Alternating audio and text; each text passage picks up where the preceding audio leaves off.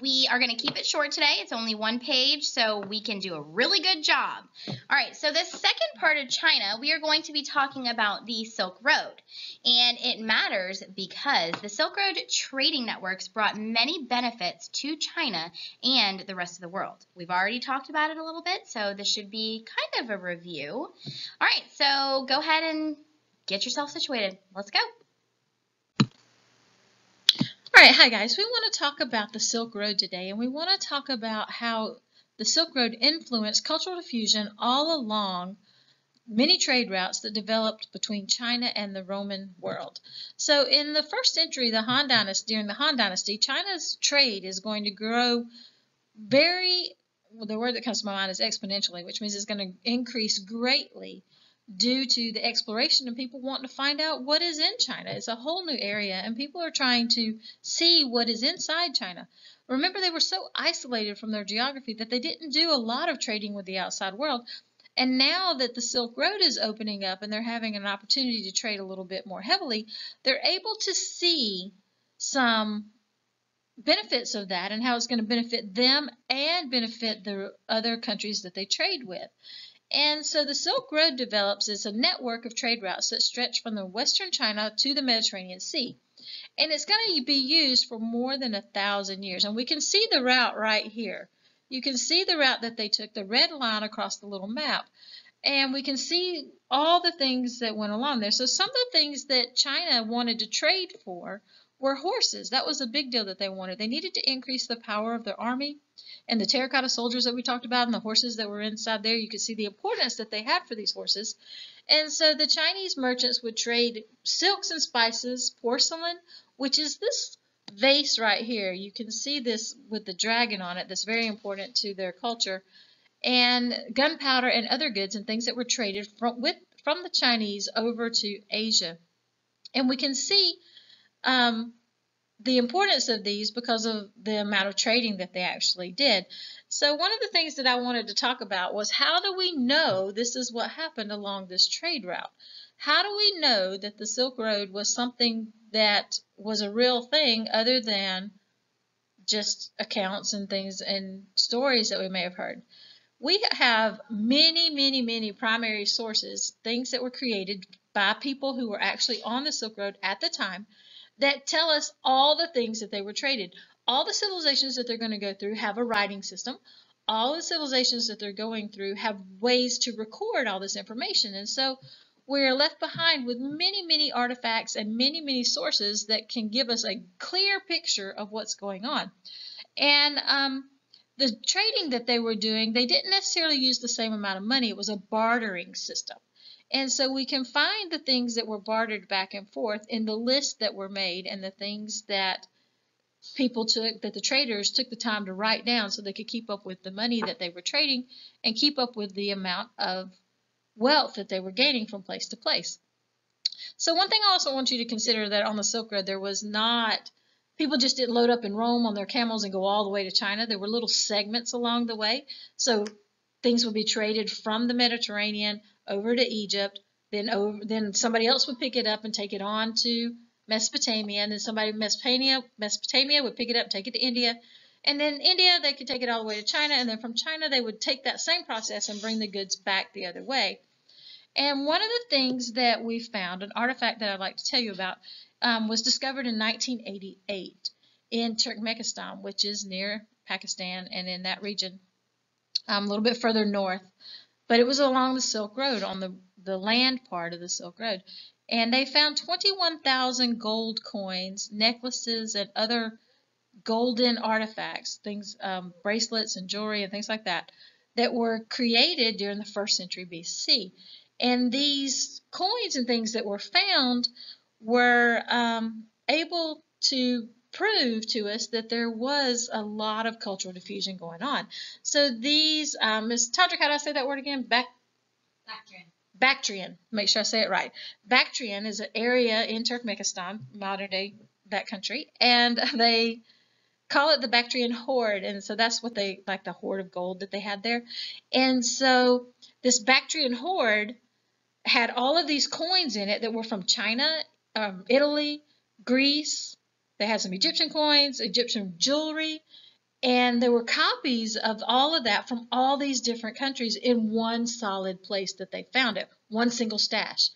And so it was proof that there was a lot of cultural diffusion going on, that idea of sharing ideas, sharing inventions, and sharing just your thoughts and your life with other people, and increasing other people's lives by making their life better through better technology or through more gold, more wealth. So long story short, in the early 90s during the Gulf War, these artifacts disappeared and they didn't know where they were. They thought they'd been stolen, melted down, or something like that. But in 2003, they turned back up again. There was an archaeologist who thought that they were hidden in a palace, and he asked for special permission to go in and find them, and he did, and they were inside a safe. Anyway, they found all 21,000 coins, all the jewelry, and all the things that had been found back in 1988. They were all still together as a collection. And so it's really neat. They're being housed today in a museum in Afghanistan, and you can still go see them today if you ever make it to Afghanistan. But you can find it online, the Bactrian Hoard, and then you can see that for yourself and see what it looks like. So that's the end of my story, and I will see you guys next time. So as we talked about, the Silk Road lasted for thousands of years, and it was used for thousands of years.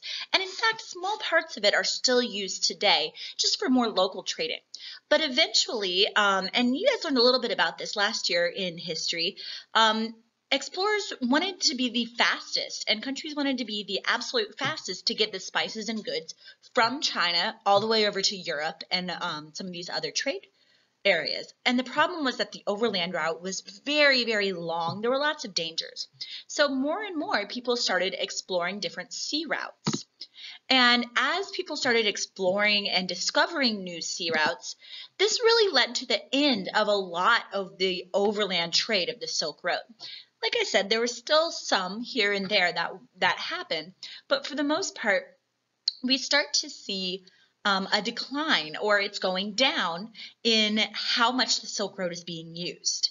Now, that doesn't mean that the Silk Road just had no effect whatsoever.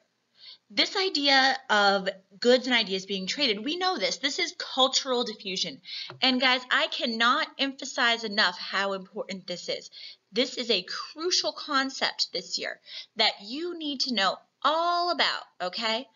And so I want you on your notes to make sure you circle this, star it, do whatever you got to do to remember that one of the biggest impacts of the Silk Road, even after it ended, was this idea of cultural diffusion. But it is important for us to know that the Silk Road isn't necessarily still used today. So please put a C for cause right by exploration and discovery of new sea routes, and an E for effect right there. We know that the cause was exploration, and the effect was that there was an end to much of that trade because it was just faster and really safer to travel by land. However, we're still going to see lots of that connectivity and lots of the diffusion happening as we continue forwards. And as we continue studying about the Silk Road, you'll see lots of ways in which the Silk Road impacted even our own lives today. Now stay tuned because there's some really important notes from Miss Lewis that's going to be some really crucial things for you to know. So do not go anywhere. We love you. Okay guys, now it's time for your hot question.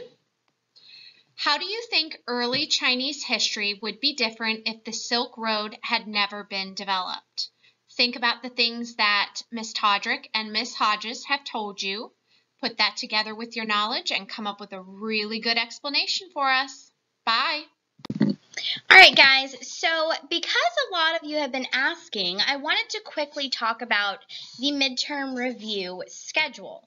So we are going to be reviewing for 4 days prior to or before our actual midterm. Now, our midterm is actually going to cover all 4 civilizations that we've talked about, as well as why we study history and those early humans. But in particular, we are going to be reviewing ancient Mesopotamia, ancient Egypt, ancient India, and ancient China. So what we have decided to do is designate 1 teacher per civilization, which means we are going to be on a rotating schedule for December 5th through 8th.